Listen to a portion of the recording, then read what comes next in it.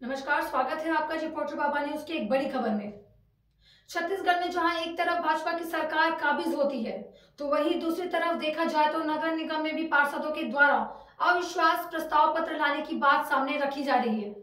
कहीं न कहीं महापौर एजाज ढेबर के द्वारा किए गए कार्यों से असंतुष्ट पार्षद लगातार अविश्वास प्रस्ताव पत्र लाने की बात करते नजर आ रहे हैं। देखा जाए तो भाजपा को 10 से 15 सीटों में मिलते के साथ भाजपा नगर निगम परिषद अपना महापौर चुन पाने में सफल हो जाएगी। तो कहीं ना कहीं अगर कांग्रेस के विधानसभा मंडल पर दुखों का बादल टूट पड़ा है, जो इसका असर साफ तौर पर महापौर एजाज ढेबर पर गिरता नजर आ रहा है। एजाज ढेबर पर लगाए आरोप कि स्मार्ट सिटी पर आने वाले फंड्स का खुले तौर पर नाजायज इस्तेमाल किया जा रहा है। एजाज ढेबर के द्वारा कई बेनामी संपत्तियों पर अपना स्वामित्व बलपूर्वक किया गया है और इसी कारण से अविश्वास प्रस्ताव पत्र आते के साथ महापौर एजाज ढेबर पर एक बड़ी परेशानी साफ तौर पर देखी जा सकती है। तो आप अविश्वास प्रस्ताव की मांग कर रहे हैं, किन किन मुद्दों को लेकर अविश्वास प्रस्ताव की मांग की जा रही है? जैसे कि पता चलता है नगर पालिका नगर निगम और नगर पालिका नगर निगम जिला पंचायत सबसे ज्यादा जो फंड आते हैं वो नगर पालिका में जाते हैं। क्या आपको लगता है कि कांग्रेस की सरकार जब यहाँ पे राज कर रही थी, जब वो सत्ता में थी, तो उन्होंने इस पैसे को सही में उपयोग किया कि बस घोटाला किया? देखिए, पूरा 4 साल का नगर परिषद हमारा नगर निगम परिषद तो हो चुका है और पूरी तरह कंगाली की हालत में है, ऐसा उनका कहना था। जब पूरी उनकी सरकार रही है और बड़ी बहुमत से रही है, उसके बाद भी रायपुर की जनता को वो छलना यह लोगों को रास नहीं आई।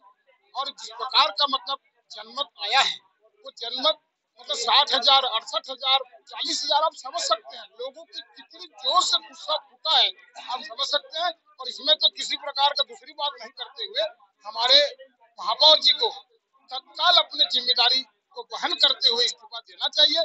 और हमको आज बड़ा दुख है कि पार्षद दल उनको उसके लिए निवेदन कर रहा है, और नहीं तो उनको अविश्वास प्रस्ताव के साथ उनको पद से मुक्त करेगा, क्योंकि ये जनता का विषय है। जनता जो खोदापुर के रूप में अपन जो देखते थे, हमने इतने इतने मतलब आंदोलन किए हैं, उतनी इतनी आवाज उठाई है, वो जनता की आवाज थी, जनता की आंदोलन था। और इस आंदोलन को हम ठीक करने के लिए, क्योंकि हमने उस पीड़ा को भोगा है, उस पीड़ा को भोगने के साथ साथ हमने अब ध्यान में कर लिए हैं कि हमको करना क्या है। जैसे ही ये बदलेगा, 1 साल में 4 साल बनाम 1 साल दिखने लगता है। जैसे कि रायपुर शहर हमारी राजधानी है छत्तीसगढ़ की। रायपुर की बहुत सारी जगहों में गड्ढे, ना सड़क बने हैं, ना नालियां बनी है। कांग्रेस अपनी सत्ता में थी, उसके बाद भी ये कार्य नहीं हुआ। इसके बारे में आप क्या कहना है? तो करते वो कुछ करना चाहते नहीं थे, क्योंकि भ्रष्टाचार उनका मुख्य मुद्दा था। कांग्रेस की कुछ हुआ नहीं हुआ, कुछ लोगों का कुछ हो गया। और महापौर जी मतलब सीधी सीधी बात कहे, लोग तो ये कहना शुरू कर दिए गोबर और ढेवर चल रहा है यहाँ पे, और उसके सिवा दूसरा कोई नहीं चल रहा। क्योंकि पार्षद की अगर बात करें तो हमारे साथ कम से कम 15 से 20 पार्षद वो इतना रुष्ट है कि आज आप बात करेंगे तो तुरंत हम उन्हीं के भरोसे आज हम इसको अविश्वास प्रस्ताव को लाने की स्थिति में है। और कांग्रेस भी पूरी बहुत जो है ना अपने आप में पूरी तरीके खत्म हो चुकी है। अब इनको समझते हुए आने वाला समय में एक बहुत बड़ा नया काम, नया स्मार्ट सिटी के रूप में हम रायपुर को देखना चाहेंगे। अब जैसे कि आपकी सरकार आने वाली है, बीजेपी ने भारी मतों से जीत लिया, सबसे पहले तो उसके लिए आपको बहुत सारी बधाइयां हो।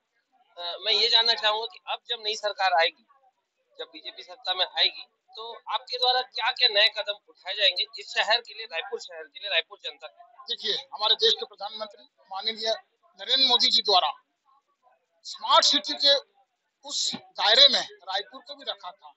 और वह दुर्भाग्य है जो ऐसे हमको 4 साल में हमारे कांग्रेस के इस प्रकार के महापौर मिले, जो दृष्टि नाम की चीज उनको थे नहीं। पूर्ण रूप से असफल महापौर के रूप में वो जाने जाएंगे।